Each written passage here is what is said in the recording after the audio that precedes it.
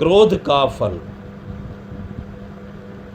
मनुष्य का सबसे बड़ा शत्रु क्रोध है। यह अपने शरीर से ही उत्पन्न होता है और यह विष से भी बुरा है, क्योंकि विष जहाँ से उत्पन्न होता है उस स्थान को हानि नहीं पहुँचाता, परंतु क्रोध हृदय से ही उत्पन्न होकर उसे ही जलाता रहता है। क्रोधी मनुष्य किसी को भी अपना सज्जन नहीं मानता। विष जिस हाथ से दिया जाए उस हाथ पर प्रभाव नहीं डालता, दूसरे खाने वाले व्यक्ति को मारता है। बस इस क्रोध को दिल से दूर रखना चाहिए।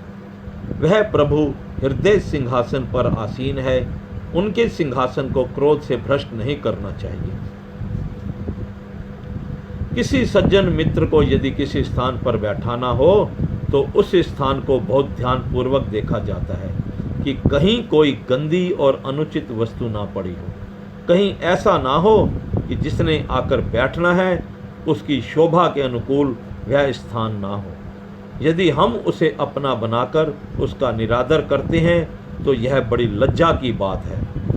प्रभु तो सबके अवगुणों को अपनी कृपा रूपी चद्दर से ढांपते हैं, वह किसी पर उन्हें प्रकट नहीं करते। यदि जीव किसी प्रकार भी अवगुणों से ना रुके तो गुप्त रूप से उसे दंड देकर सीधे मार्ग पर चला लेते हैं। जो मनुष्य दूसरों के दोष छुपाने का यत्न करता है वही ईश्वर का प्रिय होता है। वह व्यक्ति महान है जो किसी पर क्रोध ना करे और वह बुरे व्यक्ति की भलाई भी सोचता रहे। वास्तव में ऐसे मनुष्य संसार में बहुत कम मिलते हैं। सपूत उसको कहना चाहिए जो अपने परम पिता परमात्मा के समान दया को ना छोड़े। व्यवहार में यह बात कठिन दिखाई देती है, परंतु जो मनुष्य अपने प्रण पर अड़िग रहे वह संसार में मान्य पुरुष गिना जाता है। ऐसे व्यक्ति पर अत्याचार करने वाला अपनी करनी का फल अवश्य भोगता है। चंदन और कुल्हाड़ी का स्वभाव भिन्न भिन्न है। कुल्हाड़ी चंदन को काटकर नष्ट करती है, परंतु चंदन उसको भी प्रसन्नतापूर्वक सुगंधित कर देता है। प्रकृति उस दुष्ट कुल्हाड़ी को लोहार द्वारा आग में डलवाती है और उसके मुंह पर चोटें पड़ती रहती हैं। कटा हुआ चंदन भगवान के मंदिरों में मूर्तियों के मस्तक पर तिलक के रूप में चढ़ाया जाता है। इसलिए क्रोध रहित मनुष्य चंदन के समान शीतल है, वह शीघ्र भगवान तक पहुंचकर पूज्य बन जाता है। एक संत ने प्रार्थना की, दयालु पिताजी, यदि आकाश में उड़ना चाहूं तो कौन सा यत्न करूं? महाप्रभु बोले, पहले अपने 5 गुण उत्पन्न कर लो, फिर चाहे देवलोक की सैर करो। वो 5 गुण यह हैं। पहला है दया, भावना अर्थात पृथ्वी के समान सहन शक्ति। दूसरा है कृपा अर्थात सूर्य के समान प्रकाश देना। तीसरा है नदी के समान उपकार करना अर्थात अन्न उत्पन्न करना। चौथा है निर्जीव व्यक्ति के समान दूसरे के अर्पण होना। पांचवा है रात्रि के समान अंधकार में सबको छुपा देना।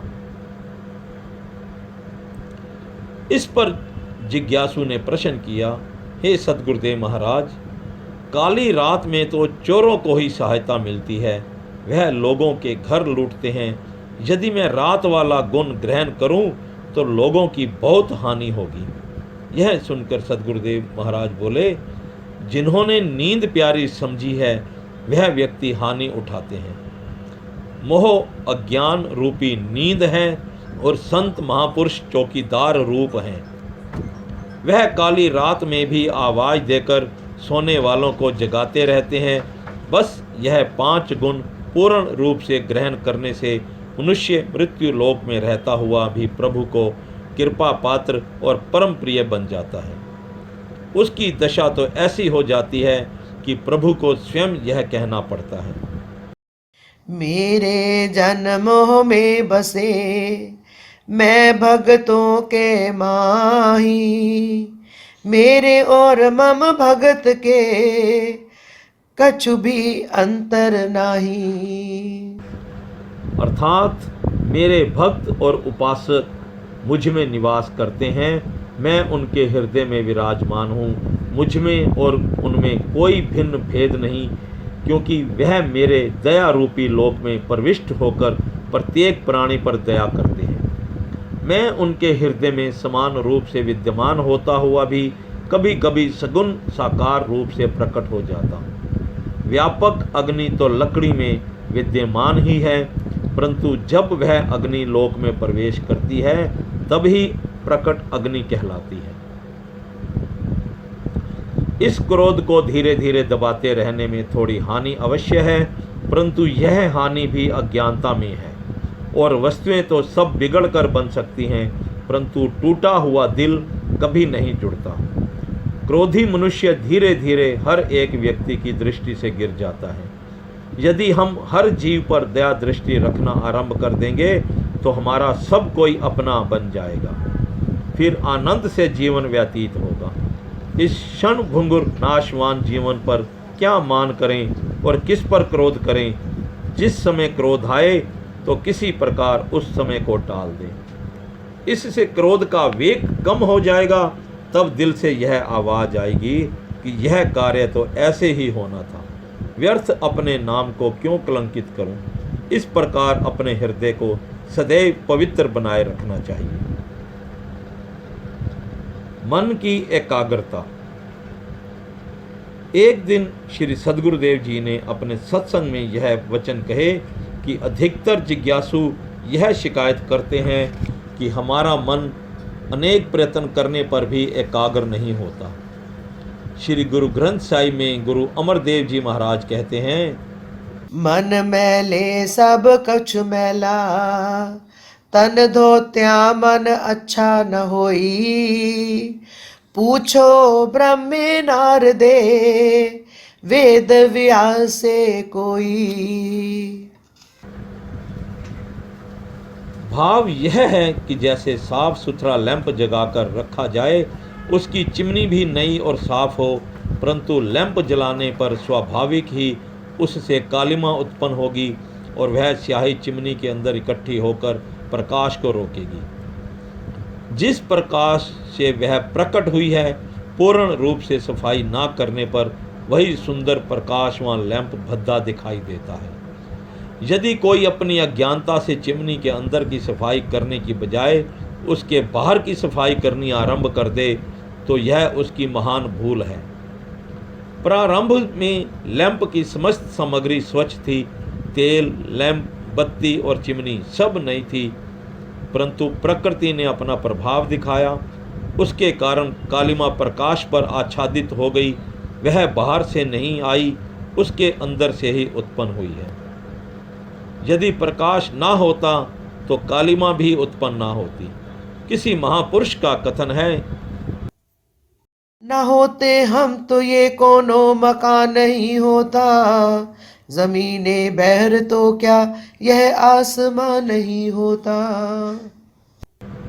अब उस भ्रम रूपी कालिमा को दूर करने की सहज विधि यह है कि नित्य प्रति उस चिमनी की कालिमा को पुरुषार्थ, सत्संग और योगाभ्यास से साफ करते रहना चाहिए। इससे अंतःकरण शुद्ध होकर आत्मिक प्रकाश फैलेगा। वह प्रकाश स्वयं ही विद्यमान है। लैंप जग रहा है, परंतु उसका प्रकाश दिखाई नहीं देता। इस उदाहरण को आध्यात्मिक पक्ष यह है कि शरीर कल्पित लैंप है। इसमें श्वास, तेल, प्रारब्ध बत्ती, अंतःकरण चिमनी और आत्मा प्रकाश रूप है। इन सब के संयोग से जीव अपना स्वरूप पाकर स्वयं प्रसन्न होता है। जिज्ञासु के मन में प्रकृति को जानने की इच्छा उत्पन्न होती है। प्रकृति तो माया है, अर्थात एक के साथ उसका दूसरा पक्ष भी है। कहने में एक ही वस्तु आती है, परंतु देखते समय वह दो होती है। उदाहरण के रूप में रात दिन, स्त्री पुरुष, माया ब्रह्म, सुख और दुख, यह सब चेतन और जड़ का पसारा है। जिज्ञासु के मन में यह शंका उत्पन्न होती है कि जड़ वस्तु भला क्या हानि पहुंचा सकती है और शुद्ध से अशुद्ध क्यों भासने लगा। इसका उत्तर यह है कि चेतन को जड़ ने कुछ नहीं बिगाड़ा। हमारा आपका बोलना भी अज्ञान में सम्मिलित है।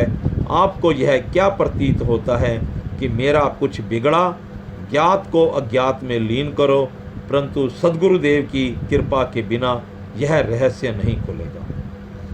अभ्यास द्वारा ही ज्ञात अज्ञात में लीन होगा।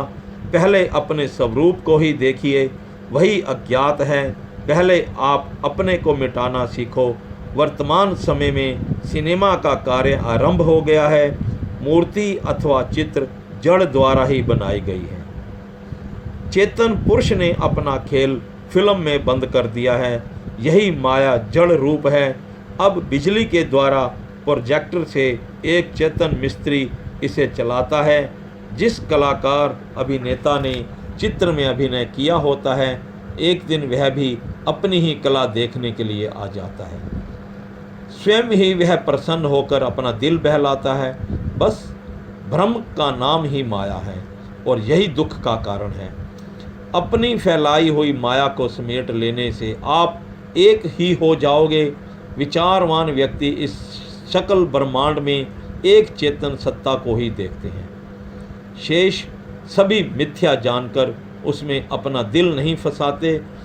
जैसे विश्वामित्र जी ने वशिष्ठ जी के 100 पुत्र मार डाले, परंतु वशिष्ठ जी को इसका तनिक दुख नहीं हुआ। वह सदा उस अजन्मा आत्मा को ही हृदय में देखा करते थे। पुत्रों के माया रूपी शरीर की मृत्यु के पश्चात वह कभी भी अपने दिल में दुखी नहीं होते थे। साधक ने फिर प्रश्न किया, महाप्रभु, विश्वामित्र जी ने वशिष्ठ मुनि जी के पुत्र क्यों मारे? कृपा यह कथा कहिए। दाता दीनदयाल जी बोले, एक बार ऋषि विश्वामित्र के मन में यह विचार उत्पन्न हुआ कि मैं ब्रह्म ऋषि हो जाऊं। पहले वह राज ऋषि और क्षत्रिय थे। कुछ महापुरुषों से पूछने पर उन्होंने ब्रह्मा जी की आराधना आरंभ कर दी। कुछ काल पश्चात ब्रह्मा जी ने प्रकट होकर इन्हें वरदान दिया कि आप आज से ब्रह्म ऋषि हुए, परंतु मृत्यु लोक में आप ब्रह्म ऋषि नहीं कहला सकते, क्योंकि इस समय विशिष्ट मुनि जी वहाँ ब्रह्म ऋषि हैं। यदि वह आपको ब्रह्म ऋषि कह दें तो फिर आपको सभी ब्रह्म ऋषि कहेंगे। यह वरदान देकर ब्रह्मा जी चले गए। तब विश्वामित्र जी वशिष्ठ जी के पास गए। वशिष्ठ जी ने उनका स्वागत करते हुए कहा, सुनाइए राज ऋषि जी, कैसे दर्शन दिए? यह शब्द सुनकर विश्वामित्र जी बहुत क्रोधित होकर बोले, आपको पता है कि मुझे ब्रह्मा जी ने ब्रह्म ऋषि होने का वरदान दिया है, परंतु आप फिर भी मुझे राज ऋषि ही कहते हैं। क्रोध में आकर विश्वामित्र जी ने वशिष्ठ जी के एक पुत्र का सिर काट दिया। वशिष्ठ जी सहनशीलता के भंडार थे, वह कुछ ना बोले। ऐसे ही जब कभी विश्वामित्र आते तो वशिष्ठ जी उन्हें राज ऋषि ही कहकर बुलाते रहे। हर बार विश्वामित्र जी ने उनके एक एक पुत्र का सिर काटना आरंभ कर दिया। इस प्रकार धीरे धीरे उनके 100 पुत्र मृत्यु के घाट उतार दिए गए। एक दिन पूर्णिमा की चांदनी रात थी। इस सुहाने दृश्य को देखकर वशिष्ठ जी की पत्नी अरुंधति ने अपने पति देव से कहा, देखिए चंद्रमा कितना शीतल और प्रकाशमान है। यह शब्द सुनकर वशिष्ठ जी बोले, जितनी शीतलता विश्वामित्र जी में है, भला चंद्रमा में क्या होगी? उस समय विश्वामित्र जी अपने आश्रम के बाहर टहल रहे थे। जब उन्होंने वशिष्ठ जी के यह प्रेम भरे वचन सुने तो दिल में बड़े लज्जित हुए कि धन्य हैं वशिष्ठ जी, जिनके 100 पुत्र मेरे हाथ से मारे गए, फिर भी वह क्रोधित ना होकर मेरी प्रशंसा कर रहे हैं। धिक्कार है मेरे इस जीवन पर। उसी समय 5 शस्त्र छोड़कर विश्वामित्र जी ने वशिष्ठ जी के चरणों में जाकर प्रणाम किया। तब वशिष्ठ जी बोले, आइए ब्रह्म ऋषि जी, कैसे दर्शन दिए? विश्वामित्र जी ने चकित होकर कहा, आपने मुझे पहले ब्रह्म ऋषि क्यों नहीं कहा? वशिष्ठ जी ने उत्तर दिया, भाई जैसा हम आपको देखेंगे वैसा ही कहेंगे। पहले आपको वेश और स्वभाव राज ऋषियों जैसा था, परंतु अब आपने दोनों का परित्याग कर दिया है, अर्थात अब आप सतोगुणी बन गए हैं, इसलिए मैंने आपको ब्रह्म ऋषि कहकर पुकारा है। ठीक इसी प्रकार मनुष्य जब तक अपनी प्रकृति अथवा स्वभाव के वश में है तब तक दुखी है। जब वह स्वभाव को अपने वश में कर लेगा तब सभी कल्पना नष्ट हो जाएगी, फिर सुख ही सुख है। मन के एकाग्र ना होने की शिकायत तो सदैव काल से है। संध्या पूजा पाठ करने पर भी मन शांत नहीं होता। इससे यह सिद्ध होता है कि या तो ईश्वर नाम में इतना बल नहीं रहा अथवा वह भजन ही और है जिससे मन वशीभूत हो। क्या यह बात मानने योग्य है कि भजन भी किया जाए और फिर मन एकाग्र ना हो? श्री कबीर साहिब जी का कथन है, माला तो कर में फिरे, जीभ फिरे मुख माही, मनवा तो दह दिश फिरे, यह तो सिमरन नाही। जो लोग जीभा द्वारा जाप करते हैं उनका मन कदापि वश में नहीं होता, क्योंकि मन सूक्ष्म है, परंतु जाप और जीभा दोनों स्थूल हैं। स्थूल और सूक्ष्म में बहुत भेद है। मन के संकल्प केवल योग समाधि द्वारा ही समाप्त होते हैं। सुरती को शब्द में लीन करने से ही सब कार्य सिद्ध होंगे। नाम सर्वभूत प्राणियों का आधार है। नाम का निवास जीव के अंदर है। महापुरुषों का कथन है, नो निधि अमृत प्रभु का नाम, देही में तिसका विश्राम। सत्य नाम का निवासी परावाणी में है। ईश्वरीय नाम व्यापक है। जहाँ नामी है वहाँ नाम अवश्य होगा। नाम पूर्ण सद्गुरु द्वारा ही प्राप्त हो सकता है। पहले गुरुदेव स्थूल रूप से उस नाम को बताएंगे जिस नाम की आवाज़ बाद में अंदर से आएगी। परम संत कबीर साहिब जी कहते हैं, सतगुरु ऐसा कीजिए, पड़े निशाने चोट, सिमरन ऐसा कीजिए, जीभ हिले ना होठ। आगे चलकर कबीर जी फिर कहते हैं, आसन मारे क्या हुआ, जो मरी न मन की आस, तेली केरा बैल ज्यो, घर ही कोस 50। तात्पर्य यह है कि तेली का बैल कोहलू के चारों ओर घूमता रहता है। उसे अपने दिल में विश्वास होता है कि आज मैंने बहुत यात्रा कर ली है, ना जाने कहाँ पहुँच गया हूँगा, थकावट भी बहुत हो चुकी है। जब आँख खुली अर्थात आँख से पट्टी हटाने पर वह यह देखकर बहुत दुखी होता है कि मैं तो वहीं खड़ा हूँ। बस यही दशा इस जीव की है जो अनेक प्रकार के पूजा पाठ, व्रत, नियम, माला, मंत्र का आश्रय लेता है, परंतु गुरु के बिना यह सब कर्म बेकार हैं, क्योंकि यह शुभ कर्म मनमति से किए गए हैं। इनसे मानसिक शांति नहीं मिलती, अहंकार बढ़ जाता है। जब सद्गुरु कृपा करके इसकी आंखों से अज्ञानता की पट्टी खोलकर मन को वश करने का आंतरिक सिमरन बताते हैं, तब यह जीव अपनी मंजिल पर पहुंच जाता है। श्री गुरु गोविंद सिंह महाराज जी के शिरोमणि सेवक भाई नंदलाल जी फारसी भाषा के इस शेर में इसी भाव को प्रकट करते हैं।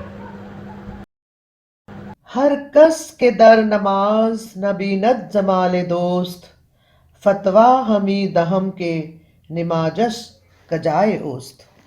महापुरुष कहते हैं कि जिस अभ्यासी पुरुष को अभ्यास, बंदगी, नमाज इत्यादि करते समय अपने प्रीतम का जलवा दर्शन नहीं हुआ, हम उसका भजन किया हुआ व्यर्थ जानते हैं। बल्कि यह निर्णय है कि उस व्यक्ति ने व्यर्थ समय खोया है, क्योंकि जिसने भजन सिमरन करके उस प्रकाश को देखना था, वह मन तो बाहर घूमता रहा और जीभा जाप में लगी रही। इसलिए हृदय के सिमरन से ही आत्म साक्षात्कार होगा। उसके दर्शन करके मन विकारों से रुक जाता है। अंतरीव सुरत शब्द की विधि को अपनाकर आंतरिक स्थानों की आवाज़ सुनना परम कल्याणकारी है। इसी भाव को इस भजन में व्यक्त किया गया है। अंदर देख ले माला फिर दी हरदम तेरे बंदेया। अंदर देख ले माला फिर दी हरदम तेरे बंदेया। दोवें मन के आपे फिर दे बाजों तेरे बंदेया। दोवें मन के आपे फिर दे बाजों तेरे बंदेया। अंदर देख ले माला फिर दी हरदम तेरे बंदेया।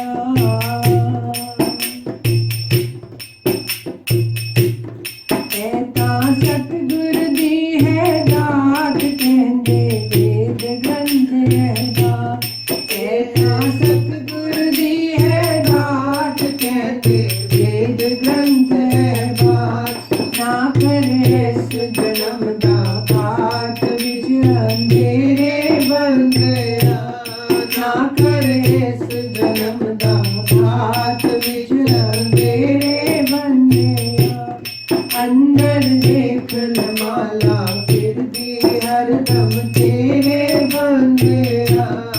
अंदर देख ले माला फिर दी हरदम तेरे बंदेया। दोवें मन के आपे फिर दे बाजों तेरे बंदेया। दोवें मन के आपे फिर दे बाजों तेरे बंदेया। कुछ ले पूरे गुरु तो जाके बैठ एकांत समाधि लाके। कुछ ले पूरे गुरु तो जाके बैठ एकांत समाधि लाके। अंदर अद्भुत ज्योत जगा के यमुना घेरे बंदेया। अंदर अद्भुत ज्योत जगा के यमुना घेरे बंदेया। अंदर देख ले माला फिर भी हरदम तेरे बंदेया। अंदर देख ले माला फिर भी हरदम तेरे बंदेया।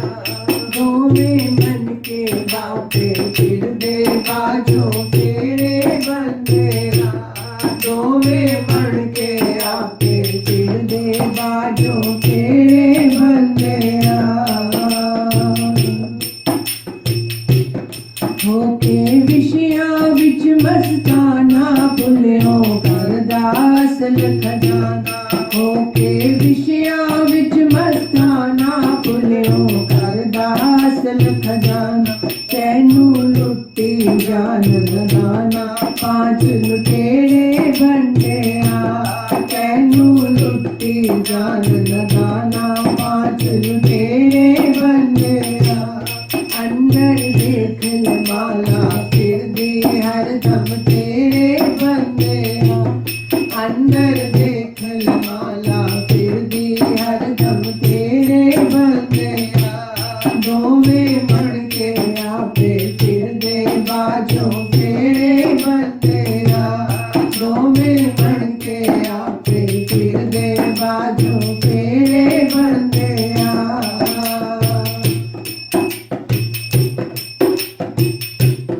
दासन दास जो मन दा मंदिर होता बड़िया तेरे अंदर। दासन दास जो मन दा मंदिर होता बड़िया तेरे अंदर। कानू भटके वांगू बंदर चार चफेरे बंदेया। कानू भटके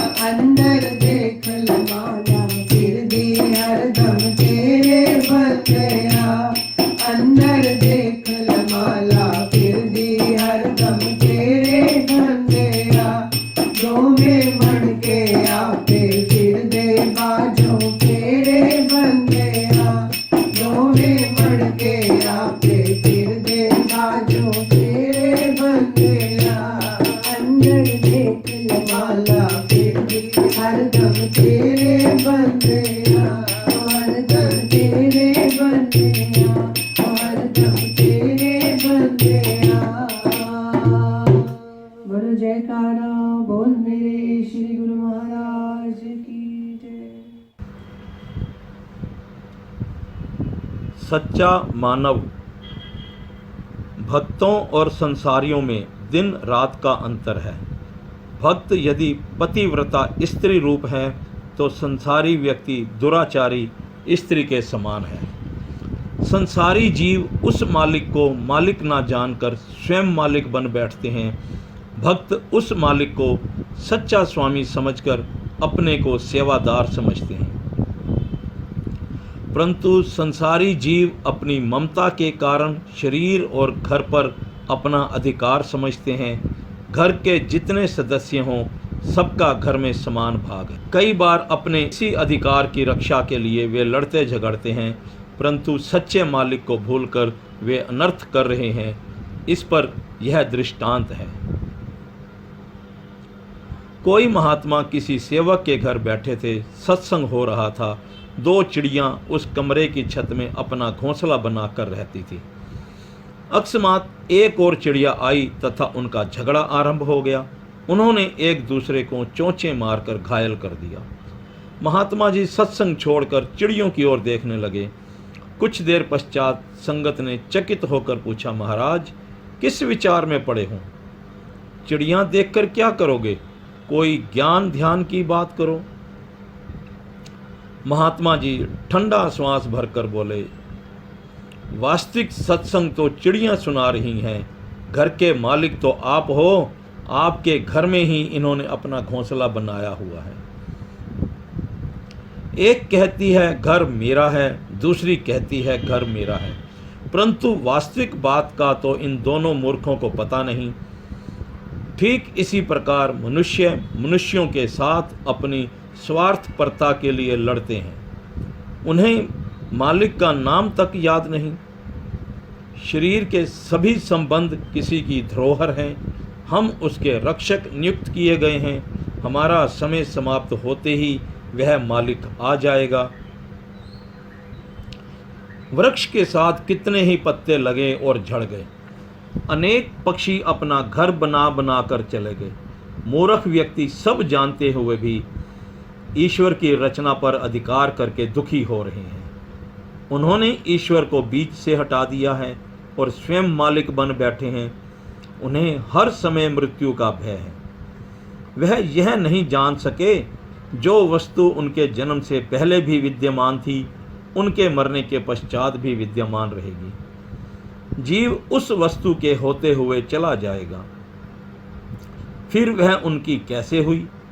यदि जीव ने मुक्त होना है तो इनसे मोह ममता हटा दे।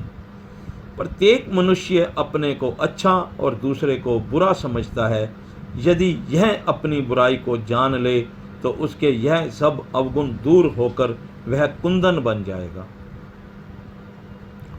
मनुष्य को वास्तविक मानव बनाने के लिए ही यह शरीर मिला था, परंतु इस उत्तम शरीर को पाकर भी इसकी दृष्टि ऊपर नहीं उठी।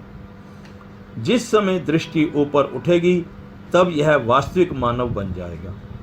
विकारों के कारण यह मनुष्य पशुओं से भी अधिक बर्बर बना हुआ है। जब महापुरुषों की कृपा से इसे शुद्धि आएगी तो फिर पश्चाताप करेगा। गीता ज्ञान रहस्य।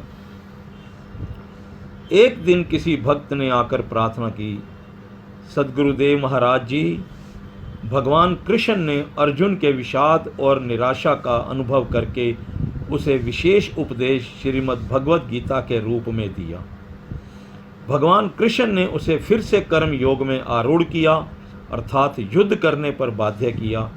गीता के 6 अध्याय में मुरली मनोहर ने अर्जुन को योगाभ्यास करने की प्रेरणा दी। केशव ने कहा, वासना रहित संग्रह रहित योगी एकांत स्थान में स्थित हुआ निज आत्मा को परमात्मा के ध्यान में लगावे। शुद्ध भूमि पर कुशा, मृगछाला और वस्त्र का आसन बिछाकर उस पर बैठकर मन को एकाग्र करके चित्त और इंद्रियों की क्रियाओं को वश में करके अंतःकरण की शुद्धि के लिए योगा अभ्यास करें। वह आसन ना बहुत ऊंचा हो और ना अति नीचा। इस प्रकार शरीर, सिर और ग्रीवा को समान और अचल करके दृढ़ होकर नासिका के अग्रभाग को देखें। महाप्रभु, यह बातें क्या युद्ध भूमि में अर्जुन कर सका होगा? इन बातों से युद्ध का क्या सरोकार था? प्रभु को तो यह चाहिए था कि वह अर्जुन को युद्ध कला की शिक्षा देते और वीरता का पाठ पढ़ाते। भला इन बातों से अर्जुन को क्या लाभ था? सतगुरुदेव महाराज महाप्रभु बोले, गुरुमुख प्रेमी, वास्तव में अर्जुन अपने संबंधियों को सगा मानता था और अपने को जीव मानकर माया मोह में आसक्त हो चुका था। अपने स्वरूप के साक्षात्कार के लिए भगवान कृष्ण ने उसे योग का उपदेश दिया। इस वियोगी जीव को योग करना परम आवश्यक है। इसको ब्रह्म विद्या भी कहते हैं। जब तक यह जीव अपने स्वरूप को नहीं पहचानता, उसे सच्ची शांति नहीं मिल सकती। इस अर्जुन रूपी जीव ने जो कुछ अपने को मान रखा है, वास्तव में यह उसका रूप नहीं। तभी तो यह किसी का बनता है और किसी को अपना बनाता है।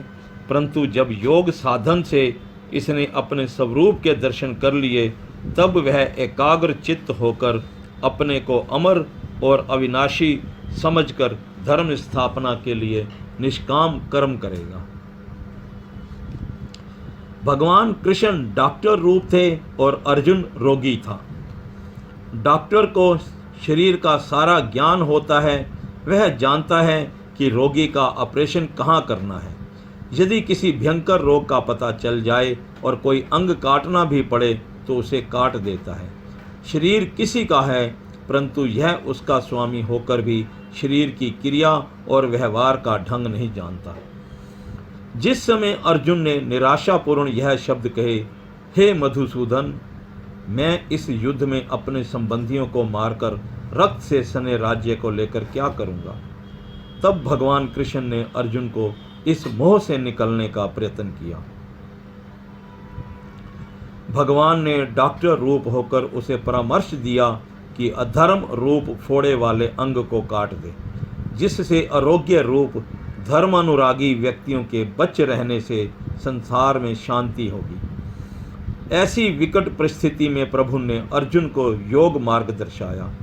उसकी उपरामता दूर करने के लिए भगवान ने उसे योग सिद्धि करवाई। गीता ज्ञान सर्वश्रेष्ठ ज्ञान है। इसमें भक्ति योग, ज्ञान योग के अतिरिक्त राज योग का भी बड़े विस्तार पूर्वक वर्णन किया गया है। राज योग के मार्ग द्वारा जीव गृहस्थ आश्रम में रहकर भी मोक्ष पद को प्राप्त कर सकता है। प्रभु ने अर्जुन को यह ज्ञान करा दिया कि ना तो तू मरने वाला है और ना ही मारने वाला है। तू कभी भी नेहकर्मी नहीं हो सकता। इसलिए मनुष्य को धर्म और मर्यादा अनुसार कर्म करना चाहिए। अर्जुन भगवान की आज्ञा अनुसार कर्म करता रहा। अर्जुन को प्रभु ने राजयोगी प्रसिद्ध किया। सर्वसाधारण व्यक्ति गीता तो प्रतिदिन पढ़ते हैं, परंतु इसके रहस्य को नहीं जानते। भगवान कृष्ण ने युद्ध भूमि में श्लोकों की रचना करके अर्जुन को गीता नहीं सुनाई, बल्कि उसे तत्व ज्ञान उपदेश देकर कर्म युक्त किया। अब गीता का पाठ करने वालों को कौन समझाए कि तत्व ज्ञान यह है? वे तो दिन रात पाठ करने में मगन है। जिज्ञासु ने प्रश्न किया, हे सदगुरुदेव महाराज, गुरु ग्रंथ साहिब में मैंने यह श्लोक पढ़ा है, मन मंदिर तन वेश कलंदर, घट ही तीरथ नहवा,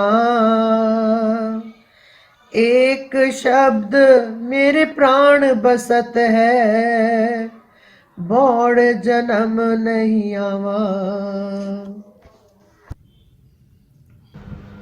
यह बताइए कि घट का तीर्थ कहाँ है, प्राणों में कौन सा शब्द बसा है और मन का मंदिर कहाँ है? वह शब्द अथवा जाप कौन सा है जो कि श्वासों द्वारा जपा जाता है और जिससे जीव आवागमन के चक्कर में नहीं पड़ता? महाप्रभु बोले, इस शरीर में मंदिर वह है जहाँ मन का निवास हो। मन का निवास स्थान विरले योगी ही जान पाए हैं। भ्रिकुटी स्थान जहाँ 4 अंतःकरण है, पहला है मन, दूसरा बुद्धि, तीसरा चित्त, चौथा अहंकार। यही मन मंदिर है। यहाँ एक गुप्त तीर्थ है जहाँ मल विक्षेप धुल जाते हैं। इस मन मंदिर में आत्मा रूपी ठाकुर जी के दर्शन होते हैं। मन ने इस मंदिर पर अधिकार किया हुआ है। उसने अनेक प्रकार के संकल्प विकल्प से आत्मा को ढांपा हुआ है। आत्मा की केवल अनुभूति होती है, परंतु प्रत्यक्ष दिखाई नहीं देती। जैसे आग से धुआं उत्पन्न होकर उसे ढांप देता है, अधिक धुआं होने के कारण आग छिपी हुई है दोनों एक ही रूप, परंतु धुआं दुख रूप है और अग्नि सुख रूप। जब सत्संग रूपी तीक्ष्ण वायु चलती है, तब धुआं उड़कर अग्नि प्रचंड हो जाती है। इस प्रकार आत्म अनुभव होता है, तब मन का नाश समझना चाहिए। भ्रिकुटी स्थान दोनों आँखों के मध्य में है। यहीं से संकल्प और स्वप्न आरंभ होता है। यह स्थान गुप्त है। गुरुवाणी का कथन है, ईड़ा पिंगला सुख मना, तीन बसे इक ठाई, बेनी संगम तहाँ, विराग मन मज्जन करे तिथाई। संतो तहाँ निरंजन राम है, गुरुगम चीन्हे विरला कोय। अब अंदर के प्रयाग की बातें सुनिए। इंगा दाहिना नासिका है और पिंगला बाईं। सुषमना दोनों के मध्य में है। नाभि से लेकर सिर की चोटी तक यही श्वासों के आने का मार्ग है। यही सुषमना नाड़ी कहलाती है। इन तीनों नाड़ियों का मिलाप त्रिकुटी द्वार आँखों के ऊपर मस्तक के अंदर होता है। इंडा गंगा नाम से प्रसिद्ध है और पिंगला जमुना और सुषमना सरस्वती नाम से प्रसिद्ध है। यह गुप्त रूप से आकर उन दोनों से मिलती है। तीर्थराज प्रयाग का मानसिक स्नान यहीं पर होता है। बाह्य तीर्थराज प्रयाग में स्नान करने से शरीर पवित्र होता है, परंतु घट के इस तीर्थराज प्रयाग में स्नान करने से मन की मलिनता दूर होकर आवागमन का चक्कर कटेगा। इस तीर्थराज में स्वामी श्वासों रूपी निर्मल जल 8 पहर प्रवाहित हो रहा है। अब यह जल कौन सा है? दोनों नासिकाएं तो वायु अर्थात श्वास लेती हैं और सरस्वती प्राण वायु हैं। यही इस गुप्त तीर्थराज का वास्तविक भेद है। प्राणों में शब्द का निवास है। घट में पूर्ण सद्गुरु की युक्ति द्वारा यह शब्द प्रकट होता है। यही बीज मंत्र है। इसे ही अजपा, गायत्री और शब्द ब्रह्म भी कहते हैं। महाप्रभु दाता दीन दयाल जी के परम उपासक और अनन्य प्रेमी श्री स्वामी रामानंद जी सत्यार्थी जब पहली बार सद्गुरु दर्शन के लिए चकोड़ी आश्रम में आए थे, तो उनके मन में कुछ शंकाएं थी। उन्होंने 7 प्रश्न एक कागज पर लिखकर अपनी जेब में रखे हुए थे। श्री इष्टदेव भगवान ने उन प्रश्नों के उत्तर बिना पूछे ही सत्संग में दे दिए। अब उसी परम कल्याणकारी सत्संग का वर्णन आरंभ होता है। इसे पढ़कर सच्चा आनंद प्राप्त कीजिए। मन का स्वरूप। श्री महाराज जी बोले, गुरुमुखों और प्रेमियों, इस समय गृहस्थी लोग तो जा चुके हैं और सब संत महात्मा इस दरबार में बैठे हैं। इसलिए आप लोगों को साधु संतों के योग्य सत्संग सुनाया जाता है। ध्यान देकर सुनो। किसी जिज्ञासु का यह पहला प्रश्न है कि यह मन बड़ा चंचल है, प्रमादी है, इसका स्वरूप क्या है? इसका निरोध करना कठिन है।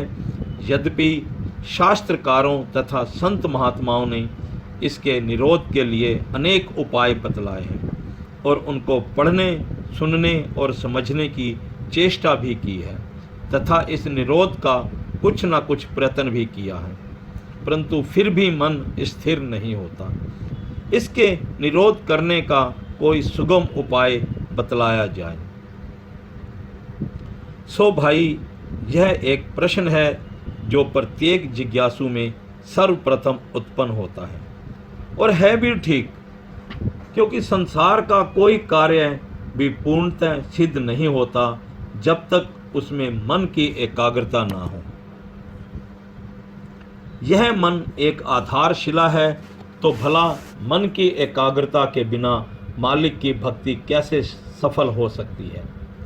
यदि वाणी द्वारा धर्म पुस्तकों, रामायण, भगवत गीता आदि का पाठ करते चले जाएं, परंतु इंद्रियों द्वारा भगवान की पूजा प्रतिष्ठा करते चले जाएं और मन भीतर ही भीतर विषय वासनाओं की ओर दौड़ता रहे, तो वह भक्ति सच्ची भक्ति नहीं। मालिक की भक्ति तो सच्चे मन से, सच्ची लगन से और सच्चे प्रेम से करनी चाहिए। मन की तारें मालिक के आसन को हिला देती हैं, और यह एक दिल ही है जिसने अपने प्रभु को वश में कर लिया जा सकता है। ऐसी ही प्रेमी भगवान की आत्मा है। प्रेमियों, सब जिज्ञासुओं को यह बात ध्यान रखनी चाहिए कि मन वश में हुए बिना इसका निरोध कठिन है। सर्वप्रथम मन को शुद्ध आचरण में लगाना चाहिए। मन की शुद्धि के लिए जो साधन बतलाए गए हैं, उनमें सबसे पहले शुद्ध विचार और शुद्ध आचार की आवश्यकता है। शुभ वासनाएं मन को शुद्ध करती हैं और बुरी बातों के चिंतन से मन मलिन हो जाता है। इसलिए प्राणी मात्र का शुभ चिंतन करना इसका प्रथम साधन है।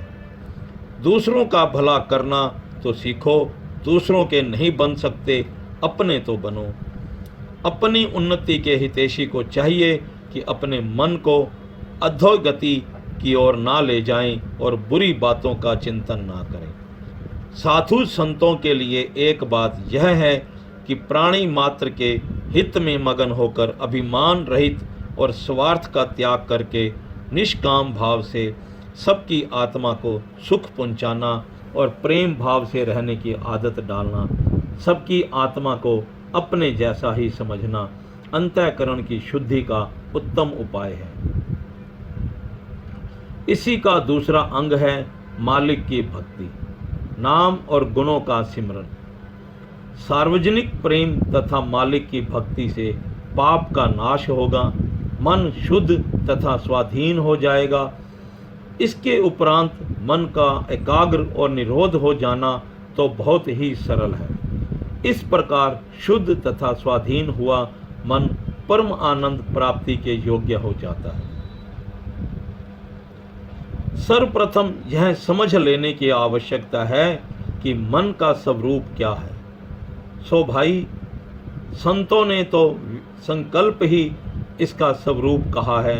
अंतःकरण चतुष्टय मन, बुद्धि, चित्त तथा अहंकार का एक अंग है। इसका स्वभाव चंचल है। मनुष्य चाहे किसी भी अवस्था में हो, सोते जागते, चलते फिरते, खाते पीते, यह मन अपने काम में लगा रहता है। यह बहुत अच्छा सैनिक है। प्रत्येक समय कर्म करते रहना इसका स्वाभाविक धर्म है। यह केवल कार्य करना जानता है। इसे यह ज्ञान नहीं कि यह कार्य अच्छा है या बुरा है। यह या तो कुछ बुद्धि जाने या सर्वज्ञ आत्मा, परंतु इसका कर्तव्य तो कर्म करना है। यदि अंतःकरण का शुद्ध बना लिया जाएगा तो यह भी अच्छे कर्म करने लग जाएगा। नहीं तो मलिन अंतःकरण में तो यह इतने बुरे कर्म करता है कि बुराई को भी रावण के समान लज्जित करता है और अपने से भी धोखा करता है। अब देखना यह है कि हम इस मन को किस प्रकार सत्य मार्ग पर लगा सकते हैं। इसके स्वाभाविक धर्म से किस प्रकार लाभ उठा सकते हैं। कर्म करना इसका स्वाभाविक धर्म है। जिस प्रकार इंद्रियां मन की आज्ञा मानती हुई कर्म करने को तत्पर रहती हैं, अर्थात इंद्रियों पर मन का शासन है। इसी प्रकार मन को बुद्धि के शासन में रखना चाहिए और इससे भी अधिक निर्मल तथा स्वच्छ अवस्था इसकी यह है कि इसको आत्मा के अधिकार में रखा जाए। तब यह मन पिंड देश में कार्य करने की बजाय ब्रह्मांड देश में काम करने लगेगा और पिंडी मन की बजाय ब्रह्मंडी मन कहलाएगा। यदि मन पिंड देश में ही शुद्ध और निर्मल हुआ तो फिर ब्रह्मांड में जाना तो दूर, उल्टा अधोगति को प्राप्त होगा। मन को निरोध करने का यही अर्थ है कि उसको बुरे विचारों से रोकें और सत्य पुरुषों के वाक्य को संशय रहित होकर मान जाए। इसी में उसका कल्याण है। दो ही ढंग संत महात्माओं ने इसके निरोध करने के लिए बताए हैं, एक अभ्यास और दूसरा वैराग्य। अनेक योनियों में भ्रमण करने से शारीरिक विषय भोग संबंधी विचार इसमें पक्के हो गए हैं और इस प्रभाव से विषय भोग संबंधी बातें सोचना और उनकी प्राप्ति करना इसका एक व्यसन बन गया है। पर यह प्रत्येक समय अपने विषय भोग को ही सोचता है और अपनी आयु भर चल रहा है। अब इसका निरोध करना है, पुराना व्यसन इससे छुड़ाना है। इस व्यसन के अनुसार तो वह 84 में चक्कर काटता फिरेगा। केवल शारीरिक भोगों के अतिरिक्त इसकी दृष्टि कहीं और टिकती नहीं, परंतु संत महात्मा जन इस भूले मन को सद्मार्ग पर जाने का उपदेश करते हैं और इसको 84 के चक्कर से छुड़ाकर मोक्ष मार्ग पर लगाते हैं। इसे उपदेश देते हैं कि हे मन, तू कई योनियों में विषय वासनाओं की ओर दौड़ता रहा है और उन सुखों से तुझे अंत में क्या लाभ मिला। अब तो अपनी अज्ञान निंद्रा से जाग, विषयों से उपराम हो, अर्थात वैराग्य को धारण कर। यह सुख स्वल्प सुख है, इनका अंत दुखदाई है। तुम मार्ग भूले जा रहे हो, सत्य मार्ग पर आओ और इस विधि से तुमको अपने घर निज धाम ले चलें, जहाँ तुम्हें परम शांति मिलेगी। शांति तो अपने ही घर में मिलती है और कहीं नहीं मिलती। अब तुम्हें भगवत कृपा से मनुष्य जन्म मिला है, यही मोक्ष का द्वार है। और सब योनियां, भोग योनियां देवता की योनि क्यों ना हो, ए मन मान जा और यह बात भी अवश्य मान जाएगा। मनवाने के लिए प्रबल इच्छा और संसारिक विषयों से वैराग्य और अभ्यास की आवश्यकता है। निराश होने की आवश्यकता नहीं है, तो मन ही मन नहीं मान लेने वाला है। मन भी आत्मा की एक ज्योति है, इसलिए व्यापक है और सदैव साथ रहता है। जब इसकी भोग तृष्णा अथवा इच्छा दूर हो जाती है तो यह परम आनंद प्राप्त करने का अद्वितीय साधन है। इसलिए महापुरुषों का वाक्य है कि इसे विषय आसक्ति से हटाकर मोक्ष प्राप्ति में लगाने का प्रयत्न कीजिए और संसारिक भोगों से वैराग्य हो। यही वैराग्य और अभ्यास मन को निरोध करने के लिए है। अभ्यास में मन की हार पर तुम्हें एक सुंदर गाथा सुनाता हूँ। एक धनी व्यक्ति संसारिक पदार्थों से संपन्न था। उसका कई प्रकार का व्यापार था, नौकर चाकर थे, परंतु प्रत्येक समय वह संसारिक माया में प्रवृत्त रहता था। एक बार किसी संत महात्मा से उसकी भेंट हुई। महात्मा ने कहा, तुम माया से संपन्न हो, भगवान की कुछ भक्ति भी किया करो ताकि तुम्हारा जन्म सफल हो। उत्तर में वह कहने लगे, महात्मा जी, आपकी बात तो ठीक है, परंतु मुझे काम से समय नहीं मिलता। महाराज जी, कोई ऐसा नौकर चाहिए जो सब काम करे और थकने का नाम ना ले, मैं तभी भजन कर सकता हूँ। महात्मा जी ने हाँ कह दी। दूसरे दिन एक भूत नौकर के रूप में उस सेठ के पास आया और कहने लगा, मैं नौकरी करूँगा और सब कार्य करूँगा, परंतु मेरी एक शर्त है कि जब आप काम ना दोगे तो मैं आपको खा जाऊँगा, वेतन कुछ नहीं लूँगा। सेठ ने उसकी शर्त मान ली। सेठ जी ने भूत को अपने घर नौकर रख लिया। उसने एक ही दिन में सारा कार्य समाप्त कर लिया। तब सेठ जी को चिंता हुई और वह महात्मा जी के पास जाकर अपना रोना रोने लगे। महात्मा जी ने उसे कहा कि एक बांस अपने घर में गाड़ दो और जब भूत कार्य से खाली हो जाए तो उसको कहो कि इस बांस पर चढ़ो और उतरो। सेठ ने ऐसे ही किया और भूत वशीभूत हो गया। सो यह मन भी एक प्रकार का भूत है, खाली होने पर मनुष्य को खा जाता है। इसे श्वासों के सिमरन रूपी बांस पर चढ़ाओ और उतारो, तब यह स्वयं ही एकाग्र हो जाएगा। मन को वश करने का सबसे अच्छा उपाय ध्यान है। अपने अभिष्ट इष्ट देव में ध्यान लगाने से मन की स्थिरता सुगम रूप से होती है। यद्यपि ज्ञान विचार द्वारा भी इसकी चंचलता को रोका जा सकता है, तथापि इष्ट देव का ध्यान और भी श्रेष्ठ है, क्योंकि इससे पूर्व जन्मों के कर्मों के संस्कार भी नष्ट हो जाते हैं। इसलिए ज्ञान की अपेक्षा ध्यान श्रेष्ठ है। ध्यान योग प्राण जिज्ञासु अडोल तथा निश्चिंत होकर परम पद की प्राप्ति का सहज ही भागी हो जाता है। देहधारियों के लिए इससे बढ़कर और कोई सुगम उपाय नहीं।